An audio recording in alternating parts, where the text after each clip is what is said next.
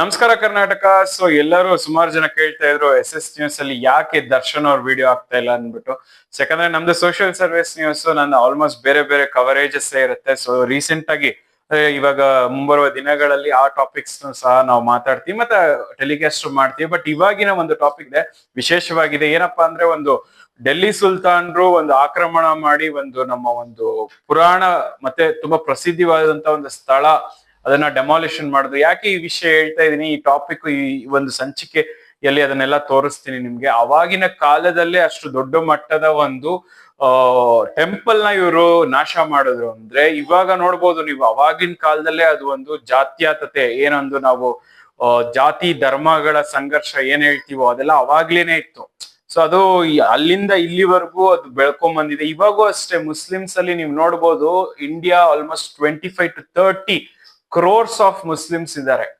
So ನಮ್ ಕರ್ನಾಟಕದಲ್ಲಿ 1.25 ಕೋಟಿ ಮುಸ್ಲಿಮ್ಸ್ ಇದ್ದಾರೆ. ಜನಸಂಖ್ಯೆ ಅವ್ರದ್ದು ಹೋಗ್ತಾ ಇದೆ. ಬಟ್ ನಮ್ಗೇನ್ ಬೇಸರ ಇಲ್ಲ, ಯಾವುದೇ ನಮ್ದು ತಕರಾರಿಲ್ಲ. ಅದಕ್ಕೋಸ್ಕರ ಡೆಲ್ಲಿ ಸುಲ್ತಾನ್ರು ಅವಾಗ್ಲೇ ಆಕ್ರಮಣ ಮಾಡಿ ನಮ್ಮ ಒಂದು ಮಾನ್ಯುಮೆಂಟ್ಸ್, ನಮ್ಮ ಟೆಂಪಲ್ ನೆಲ್ಲ ಡೆಸ್ಟ್ರಾಯ್ ಮಾಡಿದ್ದಾರೆ. ಅದು ಎಷ್ಟು ಮಟ್ಟಿಗೆ ಅಂದ್ರೆ ಎಷ್ಟೋ ಕೋಟಿಗೆ ಬೆಲೆ ಬಾಳುವಂತ ಈ ಒಂದು ಸೋಮನಾಥಪುರ ಕೇಶವ ಸ್ವಾಮಿ ದೇವಸ್ಥಾನದ ದರ್ಶನ ಮತ್ತೆ ಅದರದೊಂದು ಅಲ್ಲಾಗಿರುವಂತ ಸ್ಥಳ ಘಟನೆಗಳು ಹೇಗಿದೆ ಎಲ್ಲಾನು ನಿಮ್ಗೆ ಈ ಸಂಚಿಕೆಯಲ್ಲಿ ತೋರಿಸ್ತೀನಿ, ಬನ್ನಿ ನೋಡೋಣ. ನಮಸ್ಕಾರ ಕರ್ನಾಟಕ, ಎಲ್ಲರಿಗೂ ಐತಿಹಾಸಿಕ ಮತ್ತೆ ವಿಶೇಷವಾದ ಒಂದು ಸಂಚಿಕೆ, ವಿಸ್ಮಯ ಲೋಕದ ಸಂಚಿಕೆಗೆ ಎಲ್ಲರಿಗೂ ಸ್ವಾಗತ ಸುಸ್ವಾಗತ. ಸೊ ನಾವಿವತ್ತು ಮೈಸೂರು ಜಿಲ್ಲೆ ಟಿ ನರಸೀಪುರ ತಾಲೂಕಲ್ಲಿರುವಂತಹ ಸೋಮನಾಥಪುರದಲ್ಲಿದ್ದೇವೆ. ಸೋಮನಾಥಪುರದ ಇತಿಹಾಸ ಮತ್ತೆ ಹೇಗಿದೆ ಸೋಮನಾಥಪುರ ಅನ್ನೋ ಒಂದು ವೈಶಿಷ್ಟ್ಯತೆ ಹೇಗಿದೆ ನೋಡೋಣ ಬನ್ನಿ. ಇದು ಸೋಮನಾಥಪುರ ಶ್ರೀ ಕೇಶವ ದೇವಾಲಯ. ಶ್ರೀ ಕೇಶವ ದೇವಾಲಯನ ಹೊಯ್ಸಳರ ಮುಮ್ಮಡಿ ನರಸಿಂಹರಾಜ 3ನೇ ಬಳ್ಳಾಳ ರಾಜ ಆಳ್ವಿಕೆ ಮಾಡಿದಾಗ ಸೋಮನಾಥ ದಂಡನಾಯಕ ಅಂದ್ರೆ ಒಬ್ಬ ಕಂದಾಯ ಅಧಿಕಾರಿಯಾಗಿದ್ದ ಸೋಮನಾಥ ದಂಡನಾಯಕ ದೇವಾಲಯ ನಿರ್ಮಾಣ ಮಾಡಿದ್ದು. ಹಾಗಾಗಿ ಸೋಮನಾಥನ ಹೆಸರನ್ನ ಗ್ರಾಮಕ್ಕೆ ಸೋಮನಾಥಪುರ ಅಂತ ಕರೀತೇವೆ. ಇದನ್ನ 1268ನೇ ಇಸ್ವಿ 1268 ಅಲ್ಲಿ ದೇವಾಲಯವನ್ನ ಹೊಯ್ಸಳರ ಮುಮ್ಮಡಿ ನರಸಿಂಹರಾಜನ ಕಾಲದಲ್ಲಿ ಕಟ್ಟಬೇಕಾದ್ರೆ ಇದನ್ನ ನಕ್ಷತ್ರಾಕಾರದ ವೇದಿಕೆ ಜಗತಿ ಮೇಲೆ ಕಟ್ಟಿದ್ರೆ ಇದು ತ್ರಿಕೂಟಾಚಲ ದೇವಾಲಯ. ಅಂದ್ರೆ ಒಂದು ವೇದಿಕೆಯ ಮೇಲೆ 3 ಗರ್ಭಗುಡಿಗಳಿದೆ. 3 ಗರ್ಭಗುಡಿ ವಿಷ್ಣು ದೇವರುಗಳಿಂದ ಒಳಗಡೆ ನಿರ್ಮಾಣವಾಗಿರ್ತಕ್ಕಂಥದ್ದು. ಮೊದಲನೇದು ಚೆನ್ನಕೇಶವ, ಬೇಲೂರು ಚೆನ್ನಕೇಶವ, ಹಳೇಬೀಡು ಹೊಯ್ಸಳೇಶ್ವರ ಶಾಂತಲೇಶ್ವರ ದೇವಾಲಯ, ಸೋಮನಾಥಪುರ ತ್ರಿಕೂಟಾಚಲ ಅಂದ್ರೆ ಮೇನ್ ಕೇಶವ ದೇವಾಲಯ, ಮತ್ತೆ ವೇಣುಗೋಪಾಲ ಜನಾರ್ದನ 3 ಗರ್ಭಗುಡಿ ಕೂಡ ವಿಷ್ಣು ವಿಗ್ರಹಗಳಿದೆ. ಮೂಲ ಕೇಶವ ಇಲ್ಲಿ ವಿಗ್ರಹ ಮೂಲ ಮೂರ್ತಿ ಇಲ್ಲ. ಈಗ ಕಾರಣ ಏನಂತ ಹೇಳಿದ್ರೆ 2 ಸಲ ದಾಳಿ ಆಗಿದೆ. 1311 ಮತ್ತೆ 1326ನೇ ಇಸ್ವಿಲಿ ದೆಹಲಿ ಸುಲ್ತಾನ ಅಲ್ಲಾವುದ್ದೀನ್ ಖಿಲ್ಜಿ, ಅವರ ದಂಡನಾಯಕ ಮಲ್ಲಿಕ್ ಕಾಫರು ಮತ್ತೆ ಮಹಮ್ಮದ್ ಬಿನ್ ತೊಗಲಕ್ಕು ಇವರು ದಂಡಯಾತ್ರೆ ಬಂದ ಕಾಲದಲ್ಲಿ ವಿಗ್ರಹಗಳನ್ನ ಒಡೆದಾಕಿ ಭಿನ್ನ ಮಾಡಿ ಎಲ್ಲ ವಿರೂಪಗೊಳಿಸಿದ್ದಾರೆ, ಅಂದ್ರೆ ಭಗ್ನ ಮಾಡಿದ್ದಾರೆ. ಇದನ್ನ ಬ್ರೋಕನ್ ಸ್ಟೋನ್ಸ್ ಅಂತ ಹೇಳ್ತೀವಿ. ಹಿಂದೂ ಸಂಪ್ರದಾಯ ಪ್ರಕಾರ ಭಿನ್ನ ಆದಂತ ವಿಗ್ರಹಗಳಿಗೆ, ಭಿನ್ನ ಆದಂತ ಮೂರ್ತಿಗಳಿಗೆ ಪೂಜೆ ಪುನಸ್ಕಾರಗಳು ಮಾಡಬಾರ್ದು ಅಂತೇಳಿ ಈ ದೇವಾಲಯಕ್ಕೆ ಯಾವುದೇ ಪೂಜೆ ವಿಶೇಷಗಳು ಮಾಡೋದಿಲ್ಲ. ಇದನ್ನ ತತ್ವ ಇಲಾಖೆಯರು ಇದನ್ನ ಸಂರಕ್ಷಣೆ ಸ್ಮಾರಕಗಳು, ಆರ್ಕಾಲಜಿಕಲ್ ಡಿಪಾರ್ಟ್ಮೆಂಟ್ ಪ್ರೊಟೆಕ್ಟೆಡ್ ಮಾನ್ಯುಮೆಂಟ್ ಅಂತೇಳಿ ಇದನ್ನ ಡಿಕ್ಲೇರ್ ಮಾಡಿದ್ದಾರೆ. ಇದು ಬಳಪದ ಕಲ್ಲಿಂದ ಕೆತ್ತನೆ ಮಾಡಿರ್ತಕ್ಕಂಥ ದೇವಾಲಯ. ಇಂಗ್ಲಿಷ್ ಅಲ್ಲಿ ಸಾಫ್ಟ್ ಸ್ಟೋನ್ ಅಥವಾ ಸೋಪ್ ಸ್ಟೋನ್ ಅಂತೀವಿ. ಇದನ್ನ ಟೆಕ್ನಿಕಲ್ ಆಗಿ ಕರೆಯೋದು ಜಿಯಾಲಜಿಕಲ್ ನೇಮ್ ಕ್ಲೋರಾಟಿಕ್ ಸಿಸ್ಟ್ ಅಂತ ಹೇಳ್ತೀವಿ. ಈ ಕಲ್ಲಿನ ಗುಣಗಳೇನಂತ ಹೇಳಿದ್ರೆ, ಭೂಮಿ ಒಳಭಾಗ ಇದ್ದಾಗ ಬೆಣ್ಣೆ ಆಕಾರದಲ್ಲಿ, ಸೋಪಿನ ಆಕಾರದಲ್ಲಿ ಬಹಳ ಸ್ಮೂತ್ ಆಗಿರ್ತದೆ, ಅಂದ್ರೆ ಸಾಫ್ಟ್ ಇರ್ತದೆ, ಮೃದು ಇರ್ತದೆ. ಇದನ್ನ ಹೊರಗಡೆ ಪ್ರಕೃತಿಗೆ ಬಿಟ್ಟಾಗ ಮಳೆ, ಗಾಳಿ, ಬಿಸಿಲಿನ ವಾತಾವರಣದಿಂದ ಕಲ್ಲು ಗಟ್ಟಿಯಾಗಿ ಹಾರ್ಡಾಗುತ್ತೆ ಮತ್ತೆ ಇದು ಗಡಸಾಗುತ್ತೆ. ಇದು ಕಲ್ಲು ಗಟ್ಟಿಯಾಗಕ್ಕೆ ಮುಂಚೆ ಸೂಕ್ಷ್ಮ ಕೆತ್ತನೆ ಮಾಡಕ್ಕೆ ಸುಲಭ ಅನ್ನೋ ಕಾರಣಕ್ಕೆ ಹೊಯ್ಸಳರು ತಮ್ಮ ಎಲ್ಲಾ ದೇವಾಲಯಗಳಲ್ಲೂ ಬಳಪದ ಕಲ್ಲು ಸಾಫ್ಟ್ ಸ್ಟೋನ್ ಉಪಯೋಗಿಸ್ಕೊಂಡು ಸೂಕ್ಷ್ಮ ಕೆತ್ತನೆ ಕೆಲಸಗಳನ್ನು ಮಾಡಿದರೆ ಇದನ್ನ ಈಸಿಯಾಗಿ ಚಿಸಲ್ ಮಾಡಿ ಕಾರ್ವಿಂಗ್ಸ್ ಮಾಡಿದ್ದಾರೆ. ಈ ದೇವಾಲಯವನ್ನು ನಿರ್ಮಾಣ ಮಾಡಲಿಕ್ಕೆ 68 ವರ್ಷಗಳ ಕಾಲ 500 ಜನ ಶಿಲ್ಪಿಗಳು ಕೆತ್ತನೆ ಮಾಡಿದ್ದಾರೆ. 500 ಜನ 68 ವರ್ಷಗಳ ಕಾಲ 2 ತಲೆಮಾರು 2 ಜನರೇಷನ್ ಕನ್ಸ್ಟ್ರಕ್ಟೆಡ್ ಮಾಡಿದ್ದಾರೆ. ಮತ್ತೆ ಮುಖ್ಯ ಇಲ್ಲಿ ಶಿಲ್ಪಿಗಳ ಹೆಸರುಗಳನ್ನು ಕೂಡ ಬರೆದಿದ್ದಾರೆ. ಇಂಥವರೇ ಕೆತ್ತನೆ ಮಾಡಿದಾರೆ ಅಂತೇಳಿ ಮಲ್ಲಿತಮ್ಮ, ಮಸಣತಮ್ಮ, ಬಾಮಯ್ಯ, ಚಾಮಯ್ಯ, ಚೌಡಯ್ಯ ಅನ್ನತಕ್ಕಂಥ ರೂವಾರಿಗಳು ಅವರು ಮುಖ್ಯ ಶಿಲ್ಪಿಗಳು. ಅವ್ರನ್ನ ಮೇನ್ ಸ್ಕಲ್ಪ್ಚರ್ ಅಂತ ಹೇಳ್ತೀವಿ. ನಕ್ಷತ್ರಾಕಾರದ ವೇದಿಕೆ ಜಗತಿ ಮೇಲೆ ಇರತಕ್ಕಂಥ ಈ ದೇವಾಲಯವನ್ನು 3 ಶೈಲಿಯಲ್ಲಿ ಕೆತ್ತನೆ ಮಾಡಿದರೆ. ಒಂದು ದ್ರಾವಿಡ ಶೈಲಿ, ನೋಡಿ ಇದು ದಕ್ಷಿಣ ಭಾರತದ ಸೌತ್ ಇಂಡಿಯನ್ ಸ್ಟೈಲ್ ಟೆಂಪಲ್ ಅಂತೀವಿ. ಮತ್ತೆ ಇದು ನಾಗರ ಶೈಲಿ, ಇದು ಉತ್ತರ ಭಾರತದ ನಾರ್ತ್ ಇಂಡಿಯನ್ ಸ್ಟೈಲ್ ಟೆಂಪಲ್ ಅಂತ ಹೇಳ್ತೀವಿ. ದ್ರಾವಿಡ ಶೈಲಿ ಮತ್ತೆ ನಾಗರ ಶೈಲಿ ಈ 2 ಮಿಶ್ರಣವಾಗಿರತಕ್ಕಂಥ ಅದು ವೇಸರ ಶೈಲಿಯನ್ನ ನಾವು ನೋಡ್ಬೋದು ಇಲ್ಲಿ.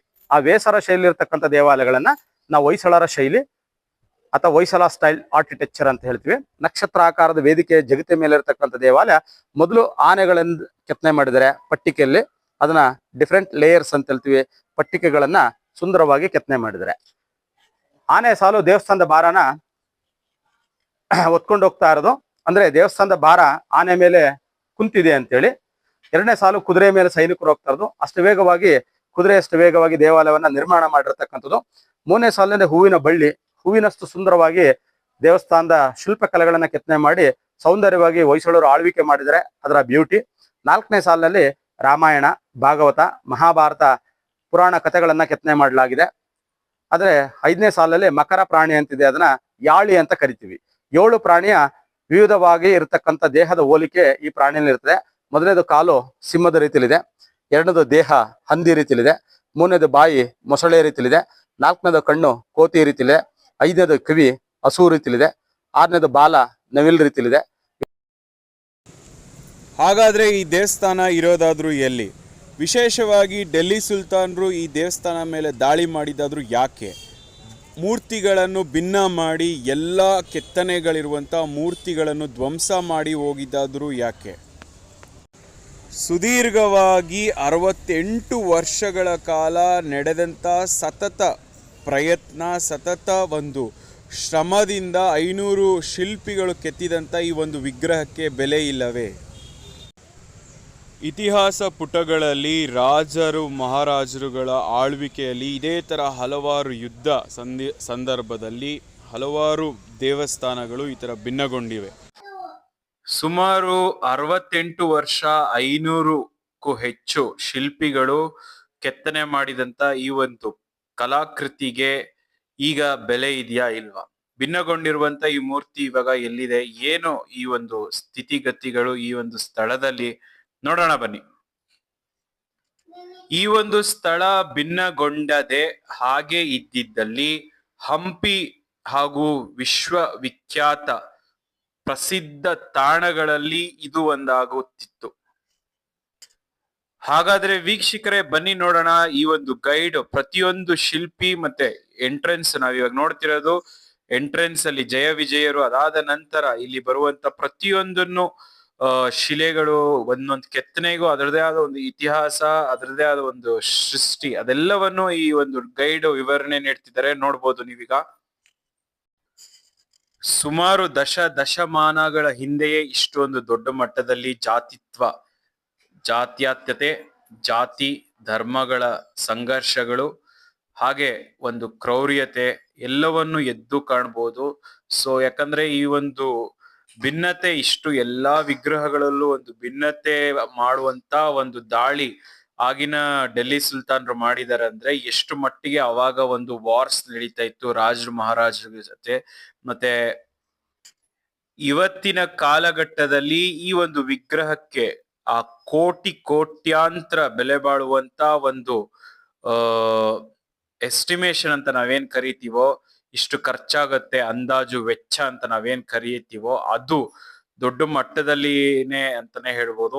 ಸೊ ಇಂಥ ಒಂದು ದೇವಸ್ಥಾನ, ಕೇಶವ ದೇವಸ್ಥಾನನ ನಾವು ಉಳಿಸ್ಕೊಂಡಿದ್ರೆ, ಸೊ ಉಳಿಸಿ ಒಂದ್ ದೊಡ್ಡ ಮಟ್ಟದಲ್ಲಿ, ಯಾಕಂದ್ರೆ ಒಂದು ಭಿನ್ನವಾಗಿರುವಂತ ಒಂದು ಮೂರ್ತಿನ ಎಲ್ಲೂ ಪ್ರತಿಷ್ಠಾಪನೆ ಮಾಡಲ್ಲ, ಇಲ್ಲಾಂದ್ರೆ ಎಲ್ಲೂ ಪೂಜಿಸಲ್ಪಡಲ್ಲ. ಸೊ ಈ ತರ ಒಂದು ಭಿನ್ನ ಆಗೋಗಿರುವಂತ ಫುಲ್ ಎಂಟೈರ್ ಮಾನ್ಯುಮೆಂಟ್ ನ ನಾವು ನೋಡ್ಬೋದು. ಎಲ್ಲಾ ಫುಲ್ ಒಂದ್ ಸಣ್ಣ ಒಂದು ಇದ್ರಲ್ಲೂ ಸಹ, ಕೆತ್ತನೆಯಲ್ಲೂ ಸಹ ಎಲ್ಲೋ ಒಂದ್ ಕಡೆ ಭಿನ್ನ ಆಗೋಗಿದೆ. ಯಾವ್ದಾದ್ರು ಒಂದು ಕೈಯೋ ಕಾಲೋ ತಲೆನೋ ಈ ತರ ಒಂದು ವಿಗ್ರಹಗಳಲ್ಲಿ ನಾವು ನೋಡ್ಬೋದು ಪ್ರತಿಯೊಂದನ್ನು. ಅದನ್ನೇ ಈ ಒಂದು ಗೈಡು ನಮ್ಗೆ ಹೇಳ್ತಾ ಇರೋದು. ಅಲ್ಲಿನ ಒಂದು ಅವಾಗಿನ ಕೆತ್ತನೆ ಮಾಡ್ತಿರುವಂತ ಸ್ಕಲ್ಚರ್ಸ್, ಆ ಒಂದು ಶಿಲ್ಪಿಗಳು ಆ ಒಂದು ಕೆತ್ತನೆಗೆ ತುಂಬಾ ಒಂದು ದೊಡ್ಡ ಸಲಾಮ್ ಅಂತಾನೆ ಹೇಳ್ಬೋದು. ಇಂತ ಒಂದು ಮಾನ್ಯುಮೆಂಟ್ಸ್ ನಾವು ಉಳಿಸ್ಕೊಳಕ್ ಆಗ್ಲಿಲ್ವಲ್ಲ, ಬೇಸರ ಸಂಗತಿ ಇದೆ. ಮತ್ತೆ ಇದಕ್ಕೆ ಯಾರು ಜವಾಬ್ದಾರಿ, ಯಾರು ಹೊಣೆ? ದಾನ ಕೇಳುವಂತ ಸಂದರ್ಭದಲ್ಲಿ ಶುಕ್ಲಾಚಾರ್ಯರು ಬಲಿಚಕ್ರವರ್ತಿನ ತಡೀತಾ ಇರೋದು. ನಂತರ 3 ರಾಜ್ಯದಾನನ ಕೇಳಿ ಇಲ್ಲಿ ಸ್ವೀಕಾರ ಮಾಡ್ತಿರೋದು. ಆ 3 ರಾಜ್ಯದಾನ ಸ್ವೀಕಾರ ಮಾಡಿದ ನಂತರ ವಿಷ್ಣು ತ್ರಿವಿಕ್ರಮನಾಗಿ ಎತ್ತರವಾಗಿ ಬೆಳೆದು ಮೊದಲನೇ ಅಜ್ಜಪಾದನ ಭೂಮಿ ಮೇಲೆ ಇಡ್ತಾ ಇರೋದು. ನಂತರ 2ನೇ ಅಜ್ಜದಾನನ ಆಕಾಶ ಮೇಲೆ ಇಡ್ತಾ ಇರೋದು.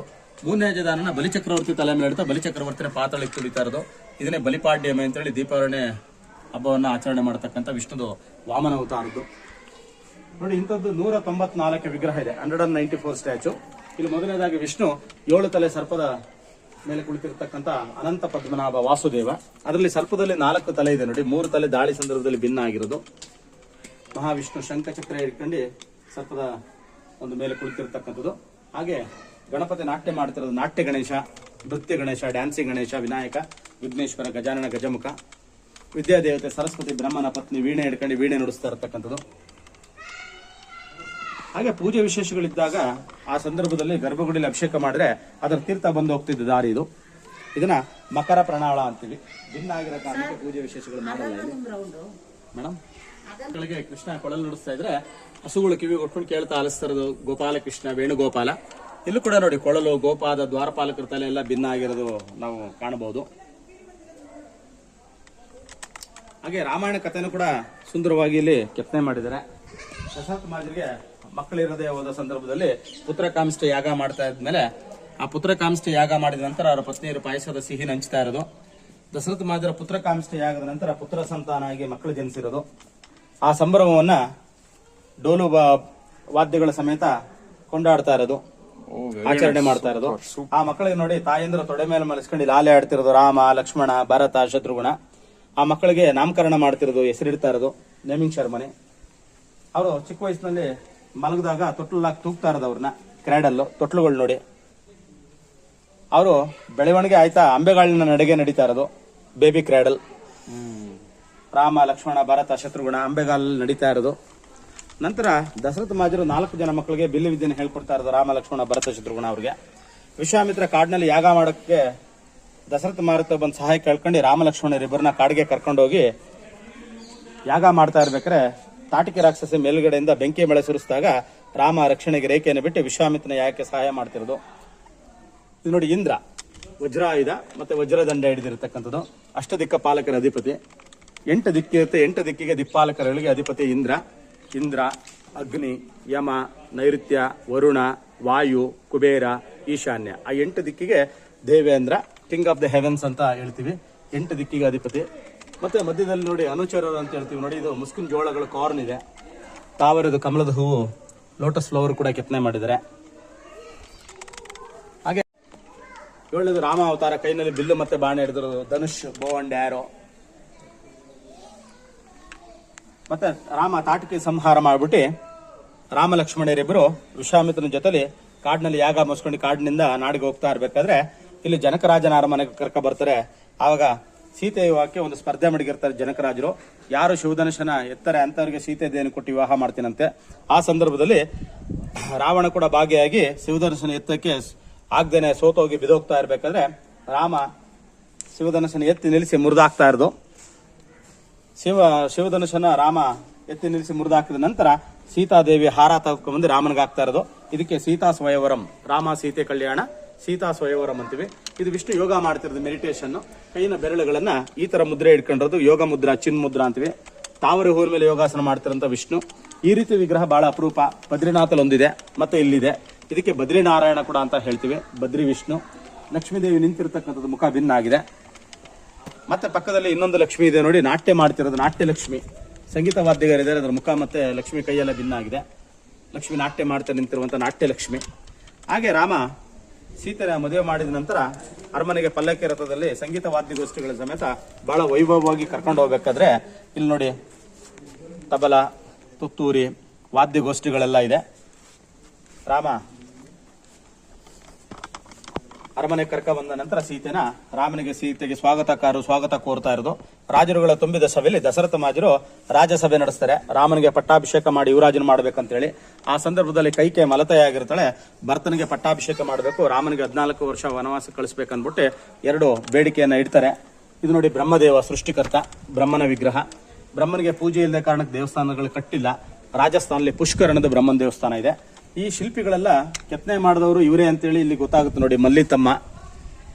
ಮಲ್ಲಿತಮ್ಮ ಅಂತೇಳಿ ಶಿಲ್ಪಿಗಳ ಹೆಸರಿದೆ. ಹಾಗೆ ರಾಮ ಕಾಡಿಗೆ ವನವಾಸಕ್ಕೆ ಹೋಗ್ತಾ ಇರ್ಬೇಕಾದ್ರೆ ಪಲ್ಲಕ್ಕಿ ರಥ ಹಿಂದೆ ಹೋಗ್ತಾ ಇದೆ.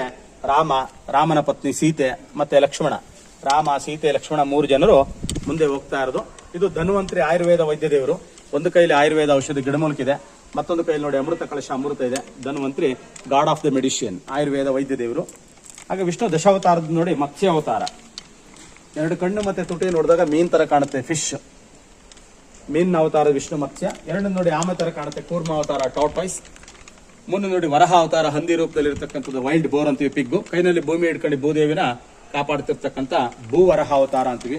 ಅಂದ್ರೆ ಭೂವರಹ ಅನ್ನೋದು ನಮ್ಮ ಮಂಡ್ಯ ಜಿಲ್ಲೆಯ ಕೇರ್ಪೇಟೆ ಹತ್ರ ಬೂಕನ ಕೆರೆ ಅಂತ ಬರ್ತದೆ. ಅಲ್ಲಿ ವರ್ಣಾಥ್ ಕಳ್ಳಳ್ಳಿ ಅಂತಿದೆ ನೋಡಿ, ಅಲ್ಲಿ ಏಷ್ಯಾದಲ್ಲೇ ದೊಡ್ಡ ವಿಗ್ರಹ ಇರತಕ್ಕಂಥ ಭೂವರಹ ವಿಗ್ರಹ ಇದೆ. ಇದು ಹಂದಿ ಅವತಾರದ ವಿಷ್ಣು ಭೂವರಹ, ಭೂಮಿನ ಕೈನಲ್ಲಿ ಪ್ರೊಟೆಕ್ಟ್ ಮಾಡಿ ಕಾಪಾಡ್ತಿರೋದು ಭೂವರಹ ಅವತಾರ. ಮತ್ತೆ ಇಲ್ಲಿ ಕಾಡಿನಲ್ಲಿ ವನವಾಸದಲ್ಲಿದ್ದಾಗ ರಾಮ ಲಕ್ಷ್ಮಣ ಸೀತೆಯರು ರಾವಣ ತಂಗಿ ಶೂರ್ಪನಖೆ ಮೋಹಿನಿಯಾಗಿ ನಾಟ್ಯ ಮಾಡ್ತಿದ್ದ ಸಂದರ್ಭದಲ್ಲಿ ಲಕ್ಷ್ಮಣ ಕೋಪಗೊಂಡು ಶೂರ್ಪನಖೆ ಮೂಗನ್ನ ಮತ್ತೆ ಜಡೆಯನ್ನ ಕುಯ್ತಾ ಇರೋದು, ಜಡೆ ಕಟ್ ಮಾಡ್ತಾ ಇರೋದು, ಮೂಗನ್ನ ಕೈಲಿ ಇಸ್ತಾ ಇರೋದು. ಮತ್ತೆ ರಾಮ ಮಾಯಜಿಂಕೆನ ಕೊಲ್ತಾ ಇರೋದು ಮಾರೀಚ, ಚಿನ್ನದ ಜಿಂಕೆ, ಗೋಲ್ಡನ್ ಡೀರ್ ಮಾರೀಚ. ರಾಮ ಮಾಯಜಿಂಕೆನ ಕೊಲ್ಲಕ್ಕೆ ಹೋಗಿರುವಂತ ಸಂದರ್ಭದಲ್ಲಿ ಲಕ್ಷ್ಮಣ ರಾಮನ ಹಿಡ್ಕೊಂಡು ಹೋದಾಗ ಸೀತೆ ದೇವಿ ಒಬ್ಳೆ ಇರ್ತಾರೆ. ಆವಾಗ ಮಾರುವೇಷದಲ್ಲಿ ಬಂದು ರಾವಣ ಭಿಕ್ಷೆ ಕೇಳ್ತಾ ಸೀತೆನ ಅಪಹರಣ ಮಾಡ್ಕೊಂಡು ಹೋಗ್ತಾ ಇರೋದು. ಸೀತೆ ಅಪಹರಣ ಆದಾಗ ಸೀತೆ ಸಹಾಯಕ್ಕೋಸ್ಕರ ಕೂತ್ಕೊಂಡಾಗ ಜಟಾಯಿ ಪಕ್ಷಿ ಬರ್ತದೆ. ಜಟಾಯಿ ರೆಕ್ಕೆನ ಕಟ್ ಮಾಡಿದಾಗ ಒಂದು ಸೈಡಲ್ಲಿ ಕಟ್ಟಾಗಿರುವಂತ ರೆಕ್ಕೆ ಕೂಡ ಇದೆ. ಸೀತೆ, ರಾವಣ, ಜಟಾಯು, ರಾವಣ 10 ತಲೆ ವೇಷಧಾರಿನ ಇಲ್ಲಿ ನಾವು ಸುಂದರವಾಗಿ ನೋಡಬಹುದು. ರಾವಣ 10 ಡೆವಿಲ್ ಕಿಂಗ್ ರಾವಣ, ದಶಕಂಠ ರಾವಣ ಅಂತ ಹೇಳ್ತೀವಿ. ಹಾಗೆ ಈ ಕಪಿ ಸೈನ್ಯ, ನೀವು ಮಂಕಿ ಸೈನ್ಯ ಅಂತ ಏನ್ ಹೇಳ್ತೀವಿ, ಆ ಹನುಮ, ಇವರೆಲ್ಲ ಲಂಕಾಪಟ್ಟಣಕ್ಕೆ ಲಗ್ಗೆ ಇಟ್ಟು ಸೀತೆ ದೇವರ ಹತ್ರ ಉಂಗುರ ಇರ್ತದೆ. ಈಕೆ ರಾಮನ ಪತ್ನಿ ಸೀತೆ ಅಂತೇಳಿ ರಾಮನಿಗೆ ಸೀತೆಗೆ ಒಂದಾಗಿ ಸೇರಿಸತಕ್ಕಂಥ ರಾಮಾಯಣ ಮುಖ್ಯ ವಿಚಾರಗಳು ಕೂಡ ನಾವು ಇಲ್ಲಿ ನೋಡಬಹುದು ರಾಮಾಯಣ ಕಥೆಯಲ್ಲಿ. ಇದು ದಶಾವತಾರದ ನರಸಿಂಹ ಅವತಾರ. ತೊಡೆ ಮೇಲೆ ಲಕ್ಷ್ಮೀದೇವಿಯನ್ನು ಕುಳಿಸ್ಕೊಂಡೋದಕ್ಕೆ ಲಕ್ಷ್ಮೀ ನರಸಿಂಹ ಅಂತ ಹೇಳ್ತೀವಿ. ಇಲ್ಲಿ ಲಕ್ಷ್ಮೀ ನರಸಿಂಹನ ವಿಗ್ರಹದಲ್ಲಿ ನೋಡಿ ಲಕ್ಷ್ಮೀ ಮುಖ ಭಿನ್ನ ಆಗಿದೆ, ನರಸಿಂಹನ ಕೈ ಕೂಡ ಭಿನ್ನ ಆಗಿದೆ. ಲಕ್ಷ್ಮೀ ನರಸಿಂಹ. ವಿಷ್ಣು 4ನೇ ಅವತಾರ ನರಸಿಂಹ ಅವತಾರ. ಹಾಗೆ ಗರುಡ ವಿಷ್ಣುದ ವಾಹನ. ಗರುಡನಿಗೆ ರೆಕ್ಕೆಗಳು ವಿಂಗ್ಸ್ ಇದೆ ನೋಡಿ. ಗರುಡನ ಮೇಲೆ ವಿಷ್ಣು ಕುಳಿತಿರೆ, ತೊಡೆ ಮೇಲೆ ಪತ್ನಿ ಲಕ್ಷ್ಮೀದೇವಿ ಕುಳಿತಿರೋದು. ವಿಷ್ಣುನ ಪತ್ನಿ ಲಕ್ಷ್ಮಿ, ವಿಷ್ಣುನ ವಾಹನ ಗರುಡ. ಇಲ್ಲಿ ಬಳೆಗಳನ್ನ ಸುಂದರವಾಗಿ ಬ್ಯಾಂಗಲ್ಸ್, ಕೈ ಬೆರಳಿನ ಉಂಗುರಗಳು, ಫಿಂಗರ್ ರಿಂಗ್ಸ್. ಮತ್ತೆ ಇಂದ್ರನ ವಾಹನ ಐರಾವತ ಅಂತ ಹೇಳ್ತೀವಿ, ಬಿಳಿ ಆನೆ, ವೈಟ್ ಎಲಿಫೆಂಟ್. ಇಂದ್ರನ ಪತ್ನಿ ಹಿಂಭಾಗದಲ್ಲಿ ಸಚ್ಚಿದೇವಿ ಕುಳಿತಿರೋದು. ಇಂದ್ರ ಕೈನಲ್ಲಿ ಬಲಗೈಲಿ ವಜ್ರಾಯುಧ ತೆಗೆದುಕೊಂಡು ಹೋಗ್ತಾ ಇರೋದು. ಇಂದ್ರನ ಪತ್ನಿ ಸಚ್ಚಿದೇವಿ, ಇಂದ್ರನ ವಾಹನ ಐರಾವತ. ಇಲ್ಲಿ ಕೆಳಗಡೆ ಆನೆ ಸಾಲುಗಳು ನೋಡಿ ಸುಂದರವಾಗಿ ಕೆತ್ತನೆ ಮಾಡಿದ್ರೆ. ಒಂದು ತಲೆ ಇದೆ, ಎಡಭಾಗದಲ್ಲಿ ಒಂದು ದೇಹ, ಬಲಭಾಗದಲ್ಲಿ ಒಂದು ದೇಹ. ಎರಡು ದೇಹಕ್ಕೆ ಒಂದೇ ತಲೆ ಇದೆ. 2 ಬಾಡಿ 1 ಹೆಡ್, ಅಂದ್ರೆ ದೇಹ 2, ಮಧ್ಯಕ್ಕೆ ಒಂದೇ ತಲೆ ಇದೆ. ಹಾಗೆ ಸರಸ್ವತಿ ನೋಡಿ ವೀಣೆ ಹಿಡ್ಕೊಂಡು ವೀಣೆ ನುಡಿಸ್ತಾ ಇರೋದು. ತಾಳೆಗರಿ ಪತ್ರ ಪಾಮ್ ಲೀಫ್ ಹಿಡಿದಿರೋದು. ನವಲಿಗಿರಿ ಲೇಖನ ಪೀಕ್ ಆಫ್ ಫೆದರ್ ಹಿಡಿದಿರೋದು. ತ್ರಿಭಂಗಿ ಸರಸ್ವತಿ ಅಂತ ಹೇಳ್ತೀವಿ. ಅಂದ್ರೆ ಮುಖದ ಶೇಪ್ ಒಂದ್ ಕಡೆ ಇದೆ, ಸೊಂಟದ ಶೇಪ್ 2ನೇ ಕಡೆ ಇದೆ, ಪಾದದ ಶೇಪ್ 3ನೇ ಕಡೆ ಇದೆ. ಇದು Bharata Bharatanatyam style, Indian classical dance, Tribhangi Saraswati ಅಂತ ಹೇಳ್ತೀವಿ. ಹಾಗೆ ಇಲ್ಲಿ ಯಾಳಿ ಅಂತ ಹೇಳಿದ್ರೆ ನೋಡಿ, ಇಲ್ಲಿ ಸುಂದರವಾಗಿ ನಾವು ಇದನ್ನ ನೋಡಬಹುದು. ಕಾಲು ಸಿಂಹದ ರೀತಿಯಲ್ಲಿರೋದು, ದೇಹ ಹಂದಿ ರೀತಿಯಲ್ಲಿರೋದು, ಬಾಯಿ ಮೊಸಳೆ ರೀತಿಯಲ್ಲಿರೋದು, ಕಣ್ಣು ಕೋತಿ ರೀತಿಯಲ್ಲಿರೋದು, ಕಿವಿ ಹಸು ರೀತಿಯಲ್ಲಿರೋದು, ಬಾಲ ನವಿಲ್ ರೀತಿಯಲ್ಲಿರೋದು, ಸೊಂಡಿಲು ಆನೆ ರೀತಿಯಲ್ಲಿರೋದು. ಈ ರೀತಿ ಒಂದೊಂದು ಹೋಲಿಕೆ ಮಾಡಿ 7 ಪ್ರಾಣಿಯ ಇಮ್ಯಾಜಿನೇಷನ್ ಮಾಡಿ ಯಾಳಿ ಅಂತ ಕೆತ್ತನೆ ಮಾಡಿದ್ರೆ. ಹಂಸ ಬ್ರಹ್ಮನ ವಾಹನ, ಸ್ವಾನ್ ಬರ್ಡ್ ಅಂತ ಹೇಳ್ತೀವಿ. ಇಲ್ಲಿ ನೋಡಿ ಕಾಲುಂಗುರಗಳು, ಕೈ ಬೆರಳಿನ ಉಂಗುರಗಳು, ಕೈ ಬೆರಳಿನ ಉಗುರುಗಳು, ಆ ಉಗುರಿಗೆ ಸುತ್ತ ಇರತಕ್ಕಂಥ ಚರ್ಮ, ಸ್ಕಿನ್ನು, ಆ ರಿಂಕಲ್ಸು, ಮತ್ತೆ ನೆಕ್ಲೆಸ್, ಜ್ಯುವೆಲರಿಗಳ ಆಭರಣಗಳು. ಇಲ್ಲಿ ನೋಡಿ ಆಗಿನ ಕಾಲದ ಅಲಂಕಾರಗಳನ್ನ ಸುಂದರವಾಗಿ ನೋಡ್ಬೋದು. ಇಲ್ಲಿ ಕೃಷ್ಣ ಬೆಣ್ಣೆ ಕದೀತಾ ಕೂಡ ಕೆತ್ತನೆ ಮಾಡೋದು ನೋಡಿ. ಮಡಿಕಲ್ಲಿ ಬೆಣ್ಣೆಗಳನ್ನು ಜೋಡಿಸಿಟ್ಟದು, ಕೃಷ್ಣ ಬೆಣ್ಣೆ ಕದೀತಾ ಇರೋದು. ಇಲ್ಲಿ ರಾಕ್ಷಸಿ ಪೂತಿನೆಯನ್ನ ಸಂಹಾರ ಮಾಡ್ತಿರೋದು. ಕೃಷ್ಣ ಪೂತಿನ ಸಂಹಾರ ಕರೆದುಕೊಂಡು ಹೋಗಿ ಕಾಡಿನಲ್ಲಿ ಹಸುಗಳನ್ನ ಮರಗಿಡಗಳ ಮಧ್ಯಭಾಗದಲ್ಲಿ ಮೇಲಕ್ಕೆ ಬಿಟ್ಟಿರ್ಬೇಕಾದ್ರೆ ಮರಗಿಡಗಳ ಮಧ್ಯಭಾಗದಲ್ಲಿ ನೋಡಿ ಮೇಲ್ಭಾಗ ನವಿಲು ಕುಳಿತಿರೋದು. ಇಲ್ಲಿ ಕೋತಿಗಳು ಕುಳಿತುಕೊಂಡು ಹಣ್ಣು ಹಂಪಳ ತಿಂತಾ ಇರೋದು. ಮೊಲದ ಮರದ ಕೆಳಗಡೆ ಮೊಲ ಇರೋದು, ಮತ್ತೆ ಹಸು ಮೇಯ್ತಾ ಇರೋದು. ಈ ಮೊಲದ ಪಕ್ಕ ನೋಡಿ ಒಂದು ಕೋತಿ ಮರಿ ಕೋತಿಗೆ ಹಾಲು ಉಣಿಸ್ತಾ ಇರೋದು. ಪಕ್ಕದಲ್ಲಿ ನೀರಿನ ಜರಿ ಹರಿತಿದ್ರೆ ಒಳಗಡೆ ಮೊಸಳೆ, ಆಮೆ, ಮೀನುಗಳೆಲ್ಲ ಕೆತ್ತನೆ ಮಾಡಿದರೆ. ಈ ಒಂದು ಚಿಕ್ಕ ಸ್ಥಳದಲ್ಲಿ ಇಂಥ ಒಂದು ಅರಣ್ಯವನ್ನ ಕೆತ್ತನೆ ಮಾಡಿದರೆ ಇದು ಪ್ರಕೃತಿಯ ಸೌಂದರ್ಯವನ್ನ ಸೂಚಿಸುತ್ತೆ. ಮಲ್ಲ ಯುದ್ಧ ಕಲಿತಾ ಇರೋದು, ರೆಸ್ಲಿಂಗ್, ಮಲ್ಲ ಯುದ್ಧ, ಮಲ್ಲ ಯುದ್ಧ ಕಲಿತಾ ಇರೋದು. ಕೃಷ್ಣ ಕಾಳಿಂಗ ಸರ್ಪದ ಮೇಲೆ ನಿಂತ್ಕೊಂಡು ಕಾಳಿಂಗ ಮರದ ಮಾಡ್ತಾ ಇರೋದು. ಇಲ್ಲಿ ಹಂಸದ ತಾಯಿ ನೋಡಿ ಮರಿಗಳಿಗೆ ಆಹಾರದ ತುತ್ತನ್ನು ಕೊಡ್ತಾ ಇರೋದು ಕೂಡ ಕೆತ್ತನೆ ಮಾಡಿದ್ರೆ. ಮದರ್ ಫೀಡ್ ಮಾಡ್ತಾ ಇರೋದು ಬೇಬಿಗೆ, ತಾಯಿ ಮರಿಗಳಿಗೆ ಆಹಾರ ನೀಡ್ತಾ ಇರೋದು ಕೆತ್ತನೆ ಮಾಡಿದರೆ. ಇದು ಕೃಷ್ಣ ಗೋವರ್ಧನ ಪರ್ವತ ಹಿಡಿದಿರೋದು, ಗೋವರ್ಧನಗಿರಿ ಕೃಷ್ಣ. ಹಾಗೆ ಇಲ್ಲಿ ಗೋಪಿಕಾ ಸ್ತ್ರೀಯರುಗಳನ್ನ ಕೆತ್ತನೆ ಮಾಡಿದರೆ ಬಾಲಕೃಷ್ಣ ಕೊಳಲು ನುಡಿಸ್ತಾ ಇರೋದು. ಆನೆ ಮೇಲೆ ಪ್ರಶಿಕ್ಷಣ ಇತ್ತಾ ಇರೋದು, ಗೋಪಿಕರು ಇರೋದು. ಇಲ್ಲಿ ಕೂಡ ನೋಡಿ ಮಡಿಕೆಲೆ ಬೆಣ್ಣೆ ತೆಗೆದುಕೊಂಡು ಹೋಗ್ತಾ ಇರೋದು ಕೆತ್ತನೆ ಮಾಡಿದ್ದಾರೆ. ಜಲಕ್ರೀಡೆ ಆಡ್ತಾ ಇರೋದಿದೆ. ನೀರಿನಲ್ಲಿ ಜರೆ ರೀತಿ ಇದ್ರೆ ಅಲ್ಲೂ ಕೂಡ ಮೊಸಳೆ ಆಮೆಗಳಿದೆ. ಪಕ್ಕದಲ್ಲಿ ತಲೆ ತೊಳ್ಕೊಳ್ತಾ ಮೈ ತೊಳ್ಕೊಳ್ತಾ ಸ್ನಾನ ಮಾಡ್ತಾರೆ. ಜಲಕ್ರೀಡೆ ಆಡ್ತಾ ಇರೋದು. ಜರೀಲಿ ಜಲಚರಗಳಿರೋದು. ಅಭಿಷೇಕ ತೀರ್ಥ ಬರ್ತಿದ್ದು. ಎರಡನೇ ಗರ್ಭಗುಡಿ ಮೇನ್ ಕೇಶವನ ವಿಗ್ರಹದ್ದು. ಆದ್ರೆ ಮೂಲ ವಿಗ್ರಹ ಕೇಶವ, ಆ ವಿಗ್ರಹದ ಮೂಲ ವಿಗ್ರಹ ಇಲ್ಲ ಈಗ. ಕಂಸರಾಜನ ಅರಮನೆ. ಇಲ್ಲಿ ಕೂಡ ಮಲ್ಲ ಯುದ್ಧ ಆಡ್ತಾರೆ, ಕೆತ್ತನೆ ಮಾಡಿದ್ದಾರೆ. ರೆಸ್ಲಿಂಗು ಇಲ್ಲೆಲ್ಲ ಮಲ್ಲ ಯುದ್ಧ ಆಡ್ತಿರೋದು ರೆಸ್ಲಿಂಗ್ ಇದೆ. ಅರಮನೆಯ ಬಾಗಿಲುಗಳ ಸುಂದರವಾದ ಕೆತ್ತನೆ ಕೆಲಸ ಮಾಡಿದೆ ನೋಡಿ. ಡೋರ್ ಸೆಟ್ಟಿಂಗು ಇದೆಲ್ಲ ಬಿಡಿ ಭಾಗಗಳನ್ನಕ್ಕೆ ಇಲ್ಲಿ ನೋಡ್ಬೋದು ನಾವು. ಪೀಸ್ಗಳು ಏನಿದೆ ಇದೆಲ್ಲ ಹೊರಗಡೆಯಿಂದ ತಂದು ನಂತರ ಕೆತ್ತನೆ ಮಾಡಿ ಆಮೇಲೆ ಜೋಡಿಸಿರೋದು. ಒಂದೇ ಕಲ್ಲಲ್ಲಿ ಇಲ್ಲೇ ಕೆತ್ತನೆ ಮಾಡಿಲ್ಲ, ಬಿಡಿ ಭಾಗನ ಕೆತ್ತನೆ ಮಾಡಿ ಜೋಡಿಸಿದರೆ. ಇದರ ಶಿಲ್ಪಿಗಳ ಹೆಸರು ನೋಡಿ. ಮಸಣ ತಮ್ಮ, ಮಲ್ಲಿ ತಮ್ಮ ಕೆತ್ತನೆ ಮಾಡಿದ ಮೇನು ಮುಖ್ಯವಾದ ಶಿಲ್ಪಿಗಳು. ಇದು ಲಕ್ಷ್ಮಿ ಮತ್ತು ವಿಷ್ಣು ಕುಳಿತಿರೋದು ಜೊತೆಯಲ್ಲಿ ಬಹಳ ಸುಂದರವಾಗಿ ಕೆತ್ತನೆ ಮಾಡಿದ್ದಾರೆ. ಲಕ್ಷ್ಮೀ ದೇವಿ ವಿಷ್ಣು ತೊಡೆ ಮೇಲೆ ಕುಳಿತಿದ್ದಾಗ ಬಲಗಡೆ ಒಂದು ಪಾದವನ್ನ ಕಮಲದ ಹೂ ಮೇಲೆ ಇಟ್ಟಿರುವಂತೆ ಮಾಡಿದ್ದಾರೆ. ಬಲಗಾಲಿನ ಪಾದ ಮಡಗಿರುವಂತ ಭಾರಕ್ಕೆ ಹೂವಿನ ತುದಿ ಭಾಗ ಬಗ್ತಾ ಇರೋದು ಕೆಳಗಡೆ. ಅದನ್ನ ಆನೆ ಕೆಳಗಡೆಯಿಂದ ಸೊಂಡಲ್ಲಿ ಸಪೋರ್ಟ್ ಆಗಿ ಬ್ಯಾಲೆನ್ಸ್ ಮಾಡ್ತಾ ಇರೋದು. ಅಂದ್ರೆ ಅದನ್ನ ತಳ್ಳಿ ಹಿಡ್ಕೊಂಡ ರೀತಿ ಕೆತ್ತನೆ ಮಾಡಿದ್ದಾರೆ. ಇದೆಲ್ಲ ಕಲ್ಪನೆ, ಶಿಲ್ಪಿಯ ಇಮ್ಯಾಜಿನೇಷನ್. ಇದೆಲ್ಲ ಕೈ ದಾಳಿಯ ಸಂದರ್ಭದಲ್ಲಿ ಭಿನ್ನ ಆಗಿದೆ. ಪಕ್ಕದಲ್ಲಿ ಗರುಡ ವಿಷ್ಣುದ ವಾಹನ ಕೂಡ ತಲೆ ಭಿನ್ನ ಆಗಿದೆ, ರೆಕ್ಕೆಗಳಿದೆ. ಇದು ಲಕ್ಷ್ಮೀ ದೇವಿ ಕಮಲದ ಹೂ ಮೇಲೆ ಕುಳಿತಿರೋದು, ವಿಷ್ಣುನ ಪತ್ನಿ ಲಕ್ಷ್ಮೀ ವಿಗ್ರಹ. ಅಂದ್ರೆ ಈಗ ಇನ್ನೊಂದು ಸರ್ ಸಿಕ್ಕಿದೆ, ಅದನ್ನೆಲ್ಲ ಹೊಡೆದಾಕಿದ್ದಾರೆ. ಅಲ್ಲ ಬಟ್ ಎಲ್ಲಾ ವಿಗ್ರಹಗಳಲ್ಲೂ ಸಮಥಿಂಗ್ ಯಾವ್ದಾದ್ರು ಒಂದಲ್ಲ ಒಂದು ಭಿನ್ನತೆ ಕಾಣ್ತಾ ಇದೆ. ಹೌದು, ಯಾಕಂದ್ರೆ ದಾಳಿ ಸಂದರ್ಭದಲ್ಲಿ ಒಬ್ರಿಬ್ರು ಬಂದಿರಲ್ಲ, ಒಂದು ಗುಂಪೇ ಬಂದಿರ್ತದೆ. ಆ ಗುಂಪಿಗೆ ಒಬ್ಬೊಬ್ರಿಗೆ ಏನೇನ್ ತೋಚಿದೆ ಅದನ್ನೆಲ್ಲ ಹೊಡೆದಾಕ್ಬೇಕಾದ್ರೆ ಯಾರ್ಯಾರಿಗೆ ಏನೇನ್ ಸಿಕ್ಕಿದೆ ಅದನ್ನೆಲ್ಲ ಹೊಡೆದಾಕಿದ್ದಾರೆ. ಆತರ ಇದು ನೋಡಿ ಕಾಮದೇವ ರತಿ ಮತ್ತೆ ಮನ್ಮಥ ಕಾಮದೇವ ಕಬ್ಬಿನ ಜಲ್ಲೆ ಹಿಡ್ಕೊಂಡಿರೋದು. ಕಬ್ಬು ಹೊಡೆದೋಗಿದೆ, ಮೇಲ್ಭಾಗದ ಕಬ್ಬುದು ಗರಿ ಇದೆ ನೋಡಿ. ರತಿ ಕಾಮದೇವತೆ ಕೈಯಲ್ಲಿ ಹೂ ಹಿಡ್ಕೊಂಡವ್ರೆ. ರತಿ ಮತ್ತೆ ಮನ್ಮಥನ ಇಂಡಿಯನ್ ಎರೋಟಿಕ್ ಗಾಡ್ ಅಂತೀವಿ. ಕಾಮದೇವರು ಕ್ಯೂಪಿಡ್ ಗಾಡ್ಸ್ ಅಂತ ಹೇಳ್ತೀವಿ, ಗಾಡ್ ಆಫ್ ಲವ್ ಅಂತೀವಿ.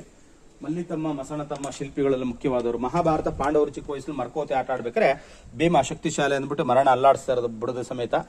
ಮೇಲೆ ಆಟ ಆಡ್ತಿರ್ಬೇಕಾದ್ರೆ ರೆಂಬೆ ಮೇಲಿಂದ ಕೆಳಗೆ ಬಿದ್ದೋಗಿರೋರು ಕೆಳಗಡೆ ಇದ್ದಾರೆ. ಬೀಳ್ತಾ ಇರೋರು ತಲೆ ಕೆಳಗೆ, ಕಾಲ ಮೇಲೆ, ತಲೆ ಕೆಳಗಾಗಿ ಅವರು ಉಲ್ಟಾ ಬಿದ್ದೋಗ್ತಾ ಇರೋದು ಕೂಡ ಕೆತ್ತನೆ ಮಾಡಿದ್ದಾರೆ. ನಂತರ ಬಿಲ್ಲು ವಿದ್ಯೆ ಕಲಿತಾರು ಕೌರವರು ಒಂದ್ ಕಡೆ, ಪಾಂಡವರು ಒಂದ್ ಕಡೆ. 3ನೇ ಶಿಲ್ಪಿ ಭಾಮಯ್ಯ, 4ನೇ ಶಿಲ್ಪಿ ಚಾಮಯ್ಯ, 5ನೇ ಶಿಲ್ಪಿ ಚೌಡಯ್ಯ. ಮುಖ್ಯವಾದ ಶಿಲ್ಪಿಗಳು ಹೆಸರುಗಳು ಬರೆದಿದ್ದಾರೆ. ಕುರುಕ್ಷೇತ್ರ ಯುದ್ಧ ಆಗದಾಗ ಕೌರವರು ಒಂದು ಕಡೆಯಿಂದ ರಥಗಳಲ್ಲಿ ಬರ್ತಾ ಇರೋದು, ಪಾಂಡವರು ಒಂದು ಕಡೆಯಿಂದ ರಥಗಳಲ್ಲಿ ಹೋಗ್ತಾ ಇರೋದು. ಮಧ್ಯಭಾಗ ಕುರುಕ್ಷೇತ್ರ ಯುದ್ಧ ಆಗ್ತಾ ಇರೋದು, ವಾರ ಆಗ್ತಾ ಇರೋದು, ಬ್ಯಾಟಲ್. ಆ ರಥಗಳು ನೋಡಿ ಆ ಕಡೆ ಡೈರೆಕ್ಷನ್ ಈ ಕಡೆ ಬರ್ತಾ ಇರೋದಿದೆ, ಈ ಕಡೆ ಡೈರೆಕ್ಷನ್ ಆ ಕಡೆ ಹೋಗ್ತಾ ಇರುವಂತದಿದೆ.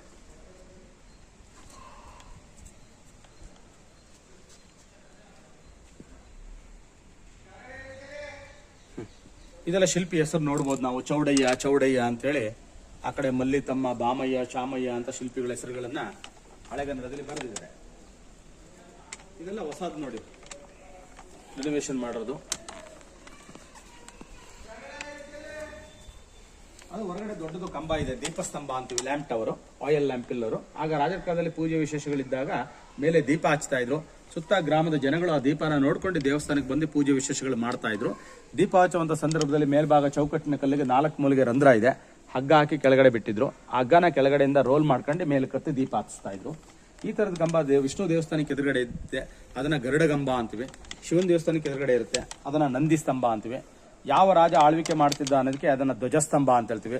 ಬಟ್ ಇದು ದೀಪಸ್ತಂಭ. ಹಾಗಾಗಿ ಕಂಬಗಳಲ್ಲಿ ನಾನಾ ರೀತಿ ವಿಧಗಳಿದೆ. ಧ್ವಜಸ್ತಂಭ, ದೀಪಸ್ತಂಭ, ಗರುಡ ಸ್ತಂಭ, ನಂದಿ ಸ್ತಂಭ. ಹಾಗೆ ಇದು ನೋಡಿ 5 ಪೀಸ್ ಇರುತ್ತೆ ಹೊಯ್ಸಳರ ಕಾಲದ್ದು.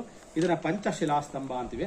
ಕೆಳಗಡೆ ಪೀಠ ಮೊದಲನೇದು, ಅಲ್ಲಿಂದ ಮಧ್ಯಭಾಗ 2ನೇದು, ಮೇಲ್ಭಾಗ ರೌಂಡ್ ಶೇಪ್ ಅಥವಾ ವೀಲ್ ಟೈಪ್ ಇದೆ ನೋಡಿ, ಅದು 3ನೇದು. ಅದರ ಮೇಲ್ಗಡೆ ಚೌಕಟ್ಟಾಗಿ ಸ್ಕ್ವೇರ್ ಶೇಪ್ ಇರೋದು ಬೆಲ್ ಶೇಪ್ 4ನೇದು, ಮೇಲ್ಗಡೆ ಕಾರ್ನರ್ ಇರೋದು 5ನೇದು ಟಾಪು. ಅದರ ಮಧ್ಯಭಾಗ 2ನೇ ಪೀಸ್ ಅಂತ ಹೇಳಿದೆ ನೋಡಿ, ಅಲ್ಲಿ ಒಡೆದೋಗಿರೋ ಕಂಬಗಳು ಕಾಣುತ್ತೆ ನಿಮಗೆ, ಅದು ಒಂದು ಸಿಂಗಲ್ ಪೀಸ್. ಅದರ ಮೇಲ್ಭಾಗ ನೋಡಿ ಈ ತರ ಗ್ರೂ ಇದೆ, ಒಂದನ್ನ ರಂಧ್ರ ಕೊರದೆ ಗ್ರೂನ ಅದನ್ನ ಅಂತರ್ಗುಳಿ ಅಂತೀವಿ. ಇಂಟರ್ಲಾಕ್ ಟೈಪ್ ಅಲ್ಲಿ ಇಡಂಬಾಸನ ರಾಕ್ಷಸನ ಸಂಹಾರ ಮಾಡ್ತಿರೋದು. ಭೀಮ ಇಡಂಬಾಸನ ಸಂಹಾರ ಮಾಡಿದ ನಂತರ ಇಡಂಬಾಸನ ತಂಗಿ ಇಡಂಬಿನ ಮದುವೆ ಆಗ್ತಾನೆ. ಇಡಂಬಿನ ಮದುವೆ ಆದ್ಮೇಲೆ ಇಡಂಬಿ ಪ್ರೆಗ್ನೆಂಟ್ ಆಗಿರೋದು. ಆ ನಂತರ ಮಗು ಹುಟ್ಟೋದು ಘಟೋದ್ಗಜ್, ಭೀಮನ ಮಗ ತಟ್ಟೋಲ್ ಮಲಗಿರೋನು. ಭೀಮ ಇಲ್ಲಿ ಬಕಾಸನ ಸಂಹಾರ ಮಾಡ್ತಿರ್ಲಿಕ್ಕೆ ಬಂಡಿಲಿ ಎತ್ತಿನ ಗಾಡಿಲಿ ಊಟ ತೆಗೆದುಕೊಂಡು ಹೋಗ್ತಾ ಇರೋದು. ಎತ್ತಿನ ಗಾಡಿಲಿ ಊಟ ತೆಗೆದುಕೊಂಡೋಗಿ ಅನ್ನ ತೆಗೆದುಕೊಂಡೋಗಿ ಭೀಮ ಊಟ ಅನ್ನನೆಲ್ಲ ಭೀಮ ತಿಂದ್ಬಿಟ್ಟು ಅಭಿಷೇಕ ತೀರ್ಥ ಬರ್ತಿದ್ದ 3ನೇ ಗರ್ಭುಡಿಯ ಜನಾರ್ದನ ಅಭಿಷೇಕದ ಪ್ರಣಾಳ. 3 ಗರ್ಭುಡಿಗೆ 3 ಅಭಿಷೇಕದ ಪ್ರಣಾಳಗಳಿದೆ. ಹಾಗೆ ನಿಮಗೆ ಮೊದಲೇ ಹೇಳಿದೆ ಚಾಮುಂಡೇಶ್ವರಿ ವಿಗ್ರಹ ಇದು. ಅವರ ಹೂವಿನಂತಿದೆ ಲೋಟಸ್ ಫ್ಲವರು. ಆ ಮೇಲ್ಭಾಗದಲ್ಲಿ ಯು ಶೇಪಲ್ಲಿ ಹಳ್ಳದ ಗುರುತುಗಳಿದೆ ನೋಡಿ. ಹಸುವಿನ ಹೆಜ್ಜೆ ಪಾದ, ಗೊರಸು, ಗೋಪಾದ, ಫುಟ್ ಪ್ರಿಂಟ್, ಕೌ ಹೂವ್ಸು. ಮಧ್ಯದ ಗೋಪುರಗಳು, ಚಿಕ್ಕ ಚಿಕ್ಕ ಗುಡಿ ಶಿಖರಗಳು. ಅದರ ವೃತ್ತಾಕಾರದಲ್ಲಿ ಕೆಳಗಡೆ ರೌಂಡ್ ಶೇಪಲ್ಲಿ ಇರೋದು ಸಂಗೀತ ವಾದ್ಯಗಾರರು. ಅವ್ರ ಕೈಯಲ್ಲಿ ತಬಲಾ, ತಂಬೂರಿ, ಮೃದಂಗ ಹಿಡ್ಕೊಂಡು ಸಂಗೀತ ನುಡಿಸಿರುವಂತಹ ವಾದ್ಯಗೋಷ್ಠಿಗಳು. ಒಂದೇ ಕಲ್ಲಲ್ಲಿ ಮಾಡಿಲ್ಲ ನೋಡಿ, ವೃತ್ತಾಕಾರದಲ್ಲಿ ರೌಂಡ್ ಅಲ್ಲಿ ಮೇಲ್ಗಡೆ ಇರತಕ್ಕಂಥ ವಾಲ್ಸ್ ಅಲ್ಲಿ ಚಿಕ್ಕ ಚಿಕ್ಕ ಜೈಂಟ್ಗಳಿದೆ ಪೀಸ್ಗಳು. ಕೆತ್ತನೆ ಮಾಡಿ ಬಿಡಿ ಭಾಗನ ಜೋಡಿಸಿದ್ದಾರೆ. ಇದು ನೋಡಿ ಬಾಳೆ ಹೂವಿನ ಟೈಪ್ ಇದೆ, ಬನಾನಾ ಫ್ಲವರ್ ಇದು. ಇದು ನೋಡಿ ಬಾಳೆ ಹೂ ಕಾಯಿ ಟೈಪ್ ಅಲ್ಲಿ ಇದೆ, ಬನಾನಾ ಫ್ರೂಟ್ ಇದು. ಸುತ್ತ ಬಳ್ಳಿ ತರ ಇದೆ ನೋಡಿ, ರೌಂಡ್ ಶೇಪ್ ಅಲ್ಲಿ ಪವಿತ್ರ ಉಂಗುರ. ಅದು ಪುರೋಹಿತರು ಯಾಗ ಹೋಮ ಯಜ್ಞಗಳು ಮಾಡ್ಬೇಕಾದ್ರೆ ಕೈ ಬೆರಳಲ್ಲಿ ದರ್ಬೆ ಉಂಗುರ ಅಂತ ಹಾಕೊಳ್ತಾರೆ, ಪವಿತ್ರ ದರ್ಬೆ ಉಂಗುರ. ಮತ್ತೆ ಸುಂದರವಾಗಿ ದರ್ಬೆ ಉಂಗುರದ ಹಿಂಭಾಗದಲ್ಲಿ ನೋಡಿ ಮಾವಿನ ಎಲೆ ತೋರಣ ಕೆತ್ತನೆ ಮಾಡಿದ್ರೆ, ಮ್ಯಾಂಗೋ ಲೀವ್ಸ್ ಅಂತ ಹೇಳ್ತೀವಿ, ಮಾವಿನ ಎಲೆ ತೋರಣಗಳು. ಹಾಗೆ ಇದು ನೋಡಿ ಬಾಳೆ ಕಂಡಿದ್ದು ಬನಾನಾ ಫ್ರೂಟ್, ಮತ್ತೊಂದು ಸ್ಟೇಜ್ ಎಲ್ಲ ಡ್ಯಾಮೇಜ್ ಆಗಿ ಹೊಡೆದೋಗಿದೆ. ಇದು ನೋಡಿ ಬಾಳೆ ಹೂವಲ್ಲಿ ಮತ್ತೊಂದು ಸ್ಟೇಜ್ ನೋಡಿ ಡಿಫರೆಂಟ್ ಟೈಪ್ ಇದೆ. ಇದರ ಸುತ್ತ ಕೂಡ ಪವಿತ್ರ ಉಂಗುರ, ಇಲ್ಲಿ ಸ್ಕ್ವೇರ್ ಶೇಪ್ ಇದೆ, ಅದು ರೌಂಡ್ ಶೇಪ್, ಸ್ಕ್ವೇರ್ ಶೇಪ್. ಅಲ್ಲೂ ಕೂಡ ನೋಡಿ ಮಾವಿನ ಎಲೆ ತೋರಣಗಳನ್ನು ಕೆತ್ತನೆ ಮಾಡಿದ್ದಾರೆ, ಮ್ಯಾಂಗೋ ಲೀವ್ಸ್ ಮತ್ತೆ ವಿಷ್ಣು ನಾಮಗಳಿದೆ. ಹಾಗೆ ಜಾಲೇಂದ್ರನಲ್ಲಿ ನಿಮ್ಗೆ ಹೇಳಿದೆ ನೋಡಿ, ಒಳಗಡೆ ಚೌಕಟ್ಟಾಗಿ ಸ್ಕ್ವೇರ್ ಶೇಪ್ ಇದೆ, ಹೊರಗಡೆ ನಕ್ಷತ್ರ ಆಕಾರದಲ್ಲಿ ಸ್ಟಾರ್ ಶೇಪ್ ಇದೆ. ಈ ಸುಂದರವಾದ ಕೆತ್ತನೆ ಕೆಲಸಗಳು ಕೂಡ ನಕ್ಷತ್ರ ಆಕಾರದಲ್ಲಿ ನೋಡಿ ಸ್ಟಾರ್ ಶೇಪ್ ಇದೆ ಈ ಕಂಬಗಳು. ಇದಕ್ಕೆ ನವರಂಗ ನಾಟ್ಯ ಮಾಡಿದ್ದು ನಾಟ್ಯ ಮಂಟಪ, ಡ್ಯಾನ್ಸಿಂಗ್ ಪ್ಲಾಟ್ಫಾರ್ಮ್ ಇದು. ಬೇಲೂರು ಹಳೆಬೀಡು ದೇವಸ್ಥಾನ ದೊಡ್ಡದಾಗಿದೆ, ಅಲ್ಲಿ ನವರಂಗ ವೃತ್ತಾಕಾರದಲ್ಲಿ ರೌಂಡ್ ಶೇಪ್ ಕೆತ್ತನೆ ಮಾಡಿದ್ರೆ, ಅಲ್ಲಿ ನಾಟ್ಯ ರಾಣಿ ಶಾಂತಲ ದೇವಿ ನಾಟ್ಯ ಆಡಿ. ಇಲ್ಲಿ ದೇವಸ್ಥಾನ ಚಿಕ್ಕದಾಗಿದೆ, ಇಲ್ಲಿ ನವರಂಗ ನಾಟ್ಯ ಮಂಟಪ ಚಿಕ್ಕದಾಗಿ ಚೌಕಟ್ಟಾಗಿ ಸ್ಕ್ವೇರ್ ಶೇಪ್ ಮಾಡಿದರೆ, ಇಲ್ಲಿ ದೇವದಾಸಿ ನಾಟ್ಯ ಆಡ್ತಿದ್ರು. ದೇವಸ್ಥಾನದ ದಾಸಿಯರನ್ನ ದೇವದಾಸಿ ಅಂತೀವಿ. ಇಲ್ಲಿ ಮೊದಲೇ ನೋಡಿ ವೇಣುಗೋಪಾಲ ಕೃಷ್ಣನಿದೆ. ಯಾವ ದೇವರು? ವೇಣುಗೋಪಾಲ. ಒಳಗಡೆ ಬಾಯಿಂದ ಕೈಗಂಟ ನೋಡಿ ಕೊಳಲು ಭಿನ್ನ ಆಗಿದೆ. ಇದು ಮೂಲ ಗರ್ಭಗುಡಿ ವಿಗ್ರಹ. ಬಾಯಿಂದ ಕೈಗಂಟ ನೋಡಿ ಕೊಳಲು ಭಿನ್ನ ಆಗಿದೆ. ಮರದ ವೃಕ್ಷದ ಕೆಳಗೆ ಕೃಷ್ಣ ಕೊಳಲು ನುಡಿಸಿದ್ರೆ ಹಸುಗಳ ಅಕ್ಕಪಕ್ಕದಲ್ಲಿ ಕಿವಿಗೆ ಒಪ್ಪಿಟ್ಟು ಕೇಳ್ತಾ ಆಲಿಸ್ತಾ ಇರೋದು ವೇಣುಗೋಪಾಲ. ಪೀಠದಲ್ಲಿ ಗರುಡ ಇದೆ ನೋಡಿ, ವಿಷ್ಣುದ ವಾಹನ ಗರುಡ. ಈ ಕಡೆಲ್ಲ ಕಲ್ಲಿನ ದೀಪಗಳು ಮಾಡಿದ್ದಾರೆ ನೋಡಿ. ಆಗಿನ ಕಾಲದಲ್ಲಿ ಪೂಜೆಗಳಿದ್ದಾಗ ಇಲ್ಲೆಲ್ಲ ದೀಪ ಹಚ್ತಾ ಇದ್ರು ನೋಡಿ, ಸುಂದರವಾದ ದೀಪಗಳಿದೆ ಕಲ್ಲಲ್ಲಿ ಮಾಡಿರ್ತಾರೆ. ಇದು ಲಕ್ಷ್ಮೀ ದೇವಿ ಕುಳಿತಿರೋದು, ಮೇಲೆ ಲಕ್ಷ್ಮೀ ದೇವಿ ನಾಟ್ಯ ಮಾಡ್ತಿರೋದು. ಅದೆಲ್ಲ ನೋಡಿ ಸಿಂಹ, ಹೊಯ್ಸಳ ಲಾಂಛನ, ರಾಜಮುದ್ರೆ, ಎಂಬ್ಲಮ್. ಅದು ಮೇಲೆ ತಾವರೆ ಹೂವಿನ ಡಿಸೈನ್, ಕಮಲದ ಹೂ, ಲೋಟಸ್ ಫ್ಲವರ್ ಡಿಸೈನ್ಸ್ ಇದೆ. ಹಾಗೆ ನೋಡಿ ಜನಾರ್ದನ. ಒಳಗಡೆ ಗರ್ಭಗುಡಿಯಲ್ಲಿ ಯಾವ ದೇವರು ಇದೆ ಅದರ ಮಿನಿಯೇಚರ್ ನೋಡಿ. ಶಂಖ ಚಕ್ರ ಗದಾ ಪದ್ಮ ಇದೆ, ಚತುರ್ಭುಜ ವಿಷ್ಣು ಜನಾರ್ದನ ಇದೆ. ಒಳಗಡೆ ಮೇನ್ ಗರ್ಭಗುಡಿ ನೋಡಿ, ನೋಡಿ ಬಲದಾಕಾಲಿ ಹೆಬ್ಬೆರಳು ಭಿನ್ನ ಆಗಿದೆ. ಪೀಠದಲ್ಲಿ ಗರುಡ ಇದೆ, ವಿಷ್ಣುದ ವಾಹನ ಗರುಡ. ಈ ವಿಗ್ರಹದ ಎದೆ ಭಾಗನ ಹೊಟ್ಟೆವರೆಗೂ ನೋಡಿ ಗೋವಿನ ಮುಖದ ರೀತಿ ಕೆತ್ತನೆ ಮಾಡಿದ್ದಾರೆ. ಎದೆ ಎರಡು ಹಸುವಿನ ಎರಡು ಕಣ್ಣಿದ್ದಾಗೆ, ಹೊಟ್ಟೆ ಒಕ್ಕಳು ಹಸುವಿನ ಬಾಯಿ ಇದ್ದಾಗೆ, ರೌಂಡ್ ನೆಕ್ಲೆಸ್ ಮಧ್ಯದ ಭಾಗ ಆಭರಣ ಹಸುವಿನ ಮೂಗಿದ್ದಾಗೆ, ಎದೆ ಭಾಗನ ಹೊಟ್ಟೆವರೆಗೆ ಗೋವಿನ ಮುಖ ಹಸುವಿನ ಮುಖದ ರೀತಿ ಕೆತ್ತನೆ ಮಾಡಿದ್ದಾರೆ. Looks like a face of a cow. ಶಂಖ ಚಕ್ರ ಗದಾ ಪದ್ಮ ಚತುರ್ಭುಜ ವಿಷ್ಣು. ಮತ್ತೆ ಇಲ್ಲಿ ಕಲ್ಲ ದೀಪಗಳು ಬಳಸಿದ್ರೆ ಪೂಜೆ ಮಾಡಿದಾಗ ಲಕ್ಷ್ಮೀ ದೇವಿ ಕುಳಿತಿರೋ ವಿಷ್ಣುವಿನ ಪತ್ನಿ. ಮೇಲೆ ವಿಷ್ಣು ಯೋಗ ಮಾಡ್ತಿರೋದು ನೋಡಿ, ಕೈನ ಬೆರಳಿ ತರ ಮುದ್ರೆ ಇದೆ, ಯೋಗ ನಾರಾಯಣ. ಸುತ್ತ ಸಿಂಹ, ಹೊಯ್ಸಳ ಲಾಂಛನ, ರಾಜಮುದ್ರೆ, ಎಂಬ್ಲಮ್ ಇದೆ. ಮೇಲೆ ತಾವರೆ ನೋಡಿ ಕಮಲದ ಹೂವು, ಲೋಟಸ್ ಫ್ಲವರ್ ಕೆತ್ತನೆ ಮಾಡಿದ್ದಾರೆ. ಇಲ್ಲಿ ಒರಿಜಿನಲ್ ಶಂಖ ಚಕ್ರ ಇದೆ. ಒಳಗಡೆ ಈಗಿರೋದು ನೋಡಿ ಶಂಖ ಗದ ಇದೆ. ಇದು ಮೂಲ ಮೂರ್ತಿ. ಇಲ್ಲಿ ಪೀಠ ಗೊತ್ತಾಗುತ್ತೆ ನಿಮಗೆ, ಮೇಲ್ಭಾಗದಲ್ಲಿ ಎಡಗಡೆಯಿಂದ ಬಲಗಡೆ ಹೊಡೆದಾಕಿದೆ ನೋಡಿ, ಅಷ್ಟು ದೊಡ್ಡ ವಿಗ್ರಹ ಆಗ ಹೊಡೆದಾಕಿದ್ದಾರೆ. ಇದು ಬೇರೆ ಮಡಗಿರೋದು ನೋಡಿ, ಕಲ್ಲಿನ ಕಲರಲ್ಲಿ ಗೊತ್ತಾಗುತ್ತೆ. ಕೇಶವ ಮೇನ್ ವಿಗ್ರಹ, ಕೇಶವ ದೇವಾಲಯ ಅಂತೀವಿ. ಪೀಠದಲ್ಲಿ ಗರುಡ ಇದೆ, ವಿಷ್ಣುದ ವಾಹನ ಗರುಡ ಮೂರ್ತಿ. ಕಡೆ ಕಲ್ಲ ದೀಪಗಳು ಬಳಸಿದ್ರು ನೋಡಿ ಪೂಜೆ ಮಾಡಿದಾಗ. ಈ ಕಡೆ ಕಡೆ ದೀಪಗಳು ಬಳಸಿದ್ರೆ ಲಕ್ಷ್ಮೀ ಮತ್ತು ವಿಷ್ಣು ಕುಳಿತಿರೋದು, ಮೇಲೆ ವಿಷ್ಣು ಕುಳಿತಿರೋದು, ಮೇಲೆ ತಾವರೆದು ನೋಡಿ ಕಮಲದ ಹೂವು, ಲೋಟಸ್ ಫ್ಲವರ್ ಡಿಸೈನ್ಸ್ ಇದೆ.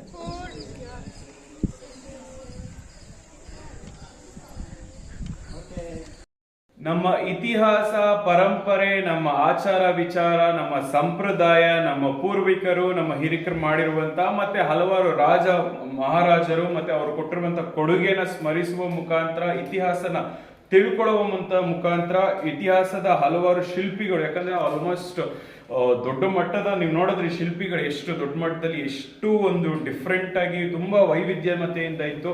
ಅದರ ಎಲ್ಲ ವಿವರಗಳು ನಮ್ಮೊಟ್ಟಿಗೆ ಕುಮಾರ್ ಅವರು ಇಲ್ಲಿನ ಗೈಡ್ ಸುಮಾರು ಕೂಲಂಕುಷವಾಗಿ ವಿಸ್ತಾರವಾಗಿ ತುಂಬಾ ಒಂದು ಚೆನ್ನಾಗಿ ಒಂದು ಎಲ್ಲ ಅರ್ಥಗರ್ಭಿತವಾಗಿ ಮತ್ತೆ ತುಂಬಾ ಅರ್ಥ ಆಗಂಗೆ ಸಿಂಪ್ಲಿಫೈ ಎಕ್ಸ್ಪ್ಲನೇಷನ್ ಕೊಟ್ಟರು. ಸೊ ತುಂಬಾ ನಮ್ಗೆ ನೋಡ್ಬೇಕಾದ್ರೆ ತುಂಬಾ ಆಶ್ಚರ್ಯ ಆಗೋಯ್ತು. ಯಾಕಂದ್ರೆ ಒಂದು ಡೆಲ್ಲಿ ಸುಲ್ತಾನ್ ಅವರು ಒಂದು ದಾಳಿ ಮಾಡಿರೋ ಸಂದರ್ಭದಲ್ಲಿ ಸುಮಾರು 800 ಇಂದ 900 ವರ್ಷದ ಹಿಂದೆ ಆಲ್ಮೋಸ್ಟ್ ಯಾವುದೇ ಒಂದು ವಿಗ್ರಹ ನೋಡಿದ್ರು ಅದರಲ್ಲಿ ಒಂದು ಭಿನ್ನತೆ ಕಾಣುತ್ತೆ.